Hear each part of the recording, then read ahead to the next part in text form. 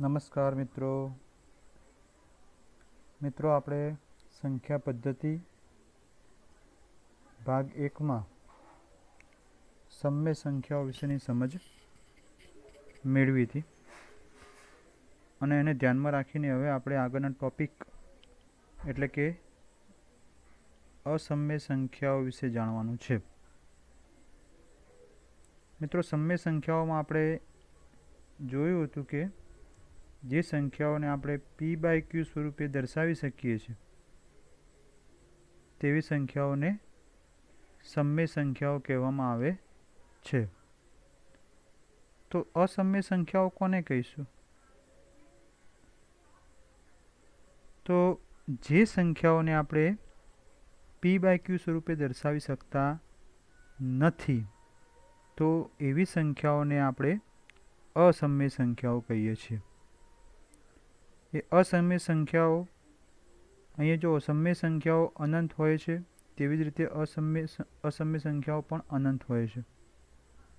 અને એના કેટલાક ઉદાહરણ આપણને અહીંયા બતાવેલા છે. અહીંયા જોશો મિત્રો કે વર્ગમૂળમાં 2, વર્ગમૂળમાં 3, વર્ગમૂળમાં 15, પાઈ 0.101101110 અપ ટુ, એટલે કે આપણને એક અનંત કિંમત બતાવેલી છે. તો આ બધી કિંમતો અહીંયા આપણને અસમય સંખ્યાઓની બતાવેલી છે. મિત્રો, આમાં કેટલીક અગાઉ વર્ગમૂળવાળી કિંમતો આપણને બતાવેલી છે જે અસમય છે. તો કઈ વર્ગમૂળવાળી કિંમતો અસમય છે? શું બધી જ વર્ગમૂળવાળી કિંમતો અસમય થશે કે કેટલીક અસમય થશે અને કેટલીક સમય થશે? એ મિત્રો આપણે જોઈશું. આપણે વર્ગમૂળવાળી કિંમતોને જ્યારે જોવાની છે ત્યારે વર્ગમૂળ વિશે જાણવું એ આપણા માટે જરૂરી છે અને તમે અગાઉ શીખેલા છો. આપણે જાણીએ છીએ કે 1નો વર્ગ 1 છે, 2નો વર્ગ 4 છે, 3નો વર્ગ 9 છે, 4નો વર્ગ 16 છે. આમ વર્ગો વિશે આપણે જાણીએ છીએ. તો એ જે વર્ગ આપણને મળે છે 1, 4, 9, 16, 25, આ બધી કિંમતો જે હું બોલ્યો એ પૂર્ણ વર્ગ સંખ્યાઓ છે. મતલબ કે એ કોઈ ચોક્કસ સંખ્યાનો વર્ગ છે.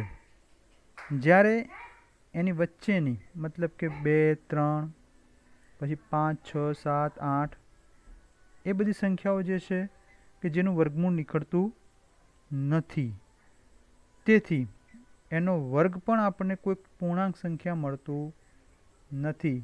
એનો વર્ગ જો કાઢવો હોય તો આવી અનંત કિંમત આપણને મળે. તો મિત્રો, આ બધી જે સંખ્યાઓ છે કે જેનું વર્ગમૂળ નીકળતું નથી તેને આપણે અસમય સંખ્યાઓ કહીએ છીએ. અહીંયા આપણને એક ઉદાહરણ બતાવેલું છે કે વર્ગમૂળમાં 4, એનું વર્ગમૂળ કેટલું મળશે? તો 2 મળશે. એટલે કે જે પૂર્ણાંક સંખ્યાઓ છે એનું વર્ગમૂળ તો આપણે જાણીએ છીએ કે એનું વર્ગમૂળ નીકળે છે. તો અહીંયા 4નું વર્ગમૂળ 2 છે. તેથી 2 પૂર્ણાંક સંખ્યા થઈ ગઈ અને 2 જો પૂર્ણાંક સંખ્યા થાય તો આપણે જાણીએ છીએ કે પૂર્ણાંક સંખ્યા તો સમય સંખ્યાઓ છે.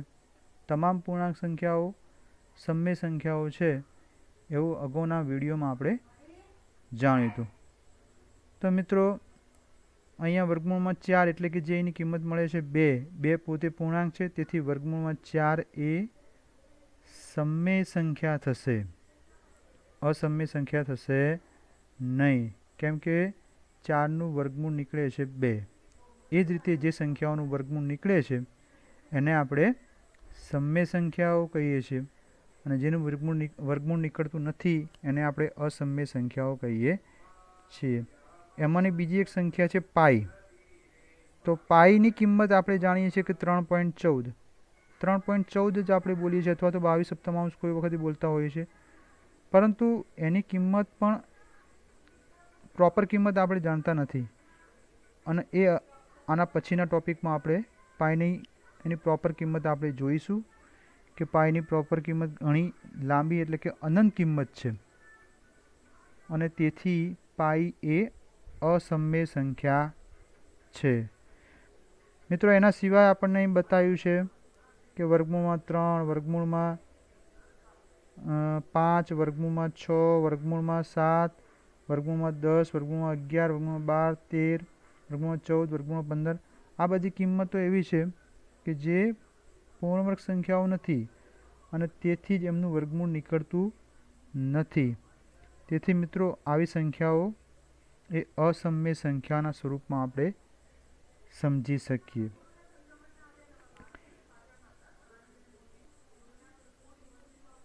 મિત્રો આગળના ટોપિકમાં આપણે વાસ્તવિક સંખ્યાઓ વિશેની સમજ મેળવવાની છે. આપણે અગાઉ જોયું એ પ્રમાણે કે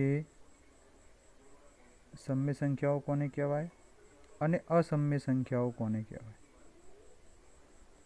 તો જે સમય સંખ્યાઓ અને અસમય સંખ્યાઓ બંનેનો ભેગો મળીને જે સમૂહ મળે છે, જે ગ્રુપ મળે છે આપણને, એ વાસ્તવિક સંખ્યાઓનું ગ્રુપ છે, વાસ્તવિક સંખ્યાઓનું સમૂહ છે. અને એ વાસ્તવિક સંખ્યાઓને આપણે અંગ્રેજીમાં રિયલ નંબર્સ કહીએ છીએ અને એને આ સંકેત વડે દર્શાવવામાં આવે છે. મિત્રો અગાઉ આપણે કેટલાક સમૂહ વિશે ચર્ચા કરી હતી. પ્રાકૃતિક સંખ્યાઓનો સમૂહ, પૂર્ણ સંખ્યાઓનો સમૂહ, પૂર્ણાંક સંખ્યાઓનો સમૂહ અને છેલ્લે આપણે જોયું હતું સમય સંખ્યાઓનો સમૂહ. અને એના પછી આજે આપણે અસમય સંખ્યાઓ વિશે જોયું.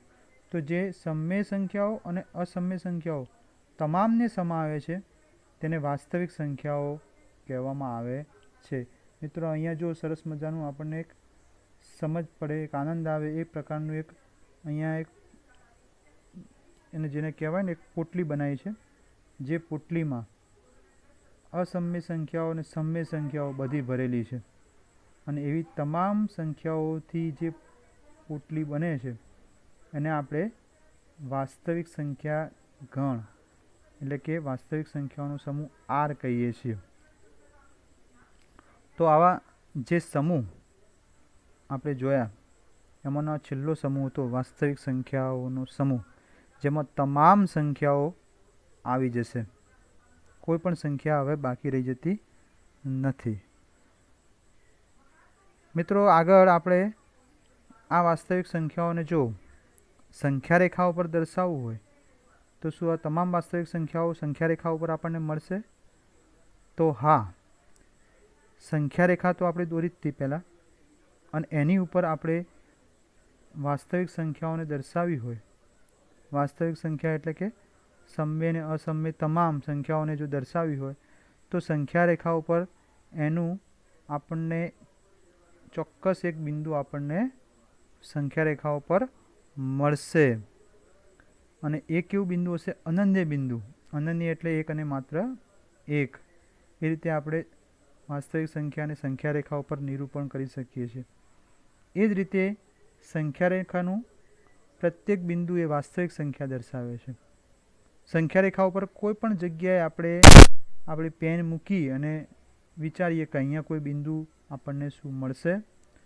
તો હા, ત્યાં પણ કોઈકના કોઈક વાસ્તવિક સંખ્યા આપણને મળે જ. મિત્રો આપણે એક ઉદાહરણ જોવાનું છે. ઉદાહરણ નંબર 3. સંખ્યા રેખા ઉપર વર્ગમૂળમાં 2 ને દર્શાવો. મતલબ આપણે અગાઉ ચર્ચા કરીએ પ્રમાણે કે વર્ગમૂળમાં 2 એ કેવી સંખ્યા છે? તો એ અસમય સંખ્યા છે. અને આવી અસમય સંખ્યાને આપણે આ સંખ્યા રેખા ઉપર ક્યાં દર્શાવી શકાય?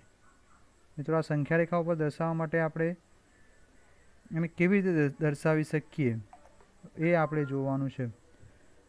તો એના માટે સૌથી પહેલાં તમારે એક સંખ્યા રેખા દોરવાની છે.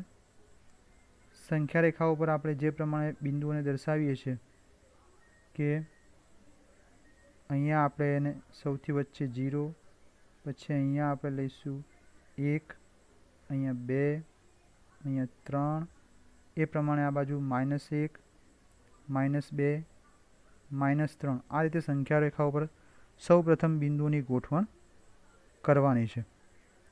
અને પછી આ 0 થી આ 1 અહીંયા સુધી બરાબર દર્શાવું છું, ધ્યાન રાખજો મિત્રો. આ 0 અને અહીંયા થશે 1. તો આ બંને વચ્ચે 1 એકમ જેટલું અંતર છે. તો 1 એકમ જેટલું અંતર છે, એટલું જ 1 એકમ જેટલું અંતર આપણે અહીં A થી B સુધીનું લેવાનું છે મિત્રો. 1 એકમ જેટલું અંતર સમજો કે આ 0 એટલે O છે. O થી A સુધીનું અંતર 1 એકમ અંતર છે. એ જ રીતે A થી B સુધીનું અંતર 1 એકમ છે એવું સમજી લઈએ. અને એને કાટખૂણે લેવાનો છે. આ AB ને આપણે સંખ્યા રેખાથી 90ના ખૂણે દોરવાના છે 1 એકમ જેટલા અંતર લઈને. અને આપણને જે બી બિંદુ મળે એને આપણે આ O સાથે જોડી દેવાનું છે. એટલે આપણને અહીંયા એક કાટકોણ ત્રિકોણ મળશે. કાટકોણ ત્રિકોણ વિશે તો તમે જાણો છો મિત્રો કે જે ત્રિકોણનો કોઈ એક ખૂણો જો 90નો હોય તો તેવા ત્રિકોણને કાટકોણ ત્રિકોણ કહેવામાં આવે છે. અને આવા ત્રિકોણ માટે એટલે કે કાટકોણ ત્રિકોણ માટે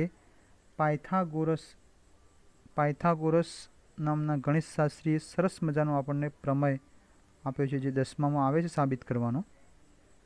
અને આપણે અગાઉ એની ચર્ચા પણ કરી ચૂકેલા છું કે પાયથાગોરસે આપણને સરસ મજાના પ્રમેય ઉપરથી સમજાવ્યું છે કે કાટકોણ ત્રિકોણમાં જો 2 બાજુના માપ આપણને આપેલા હોય તો ત્રીજી બાજુનું માપ કેવી રીતે શોધી શકાય.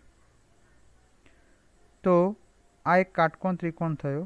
એ કાટકોણ ત્રિકોણમાં આપણે આ બંને OA અને AB બંને કાટખૂણો બનાવતી બાજુઓ છે. જ્યારે આ સામે જે બાજુ છે OB એ કર્ણ છે. તો કર્ણનું માપ કેટલું થશે? આ OA અને OBનું માપ તો આપણી પાસે છે 1 એકમ. આપણે જાણીએ છીએ કે હમણાં 1 એકમ આપણે એને લીધું હતું. તો સામેની બાજુ જે બાજુ છે OB એની કિંમત કેટલી થશે? તો એના જાણવા માટે આપણને પાયથાગોરસ પ્રમેય સાબિત કરીને આપ્યો છે કે OB શોધવો હોય તો OB કર્ણ વર્ગ બરાબર બાકીની 2 બાજુના વર્ગોનો સરવાળો. એટલે બાકીની જે 2 બાજુઓ હતી OA અને AB એ બંનેનો વર્ગ કરી એનો સરવાળો કરીશું તો આપણને 2 મળશે. અને પછી OBનું વર્ગમૂળ લઈશું એટલે આપણને કિંમત મળશે, OBની કિંમત મળશે વર્ગમૂળમાં 2. તો આ OBની કિંમત આપણને મળી વર્ગમૂળમાં 2. તો આ O થી B સુધીનું અંતર જે થયું એ વર્ગમૂળમાં 2 જેટલું થયું. તો હવે આ વર્ગમૂળમાં 2 જેટલું અંતર જે થયું છે O થી B સુધીનું, એને આપણે પરિકરની મદદથી પરિકરનો અણીવાળો ભાગ O પર રાખીશું અને પરિકરનો પેન્સિલવાળો ભાગ B સુધી લંબાવીને પછી આપણે એને આ રીતે ચાપ મારવાનો છે નીચેની બાજુએ આ રીતે.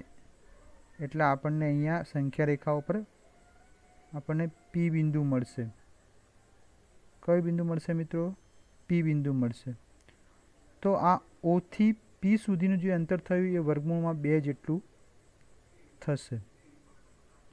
તો અહીંયા આપણને જે P બિંદુ મળ્યું એ સંખ્યા રેખાઓ પરનું વર્ગમૂળમાં 2 ને સંગત બિંદુ મળ્યું. તો મિત્રો આ રીતે આપણે સંખ્યા રેખાઓ પર વર્ગમૂળમાં 2 ને દર્શાવી શકીએ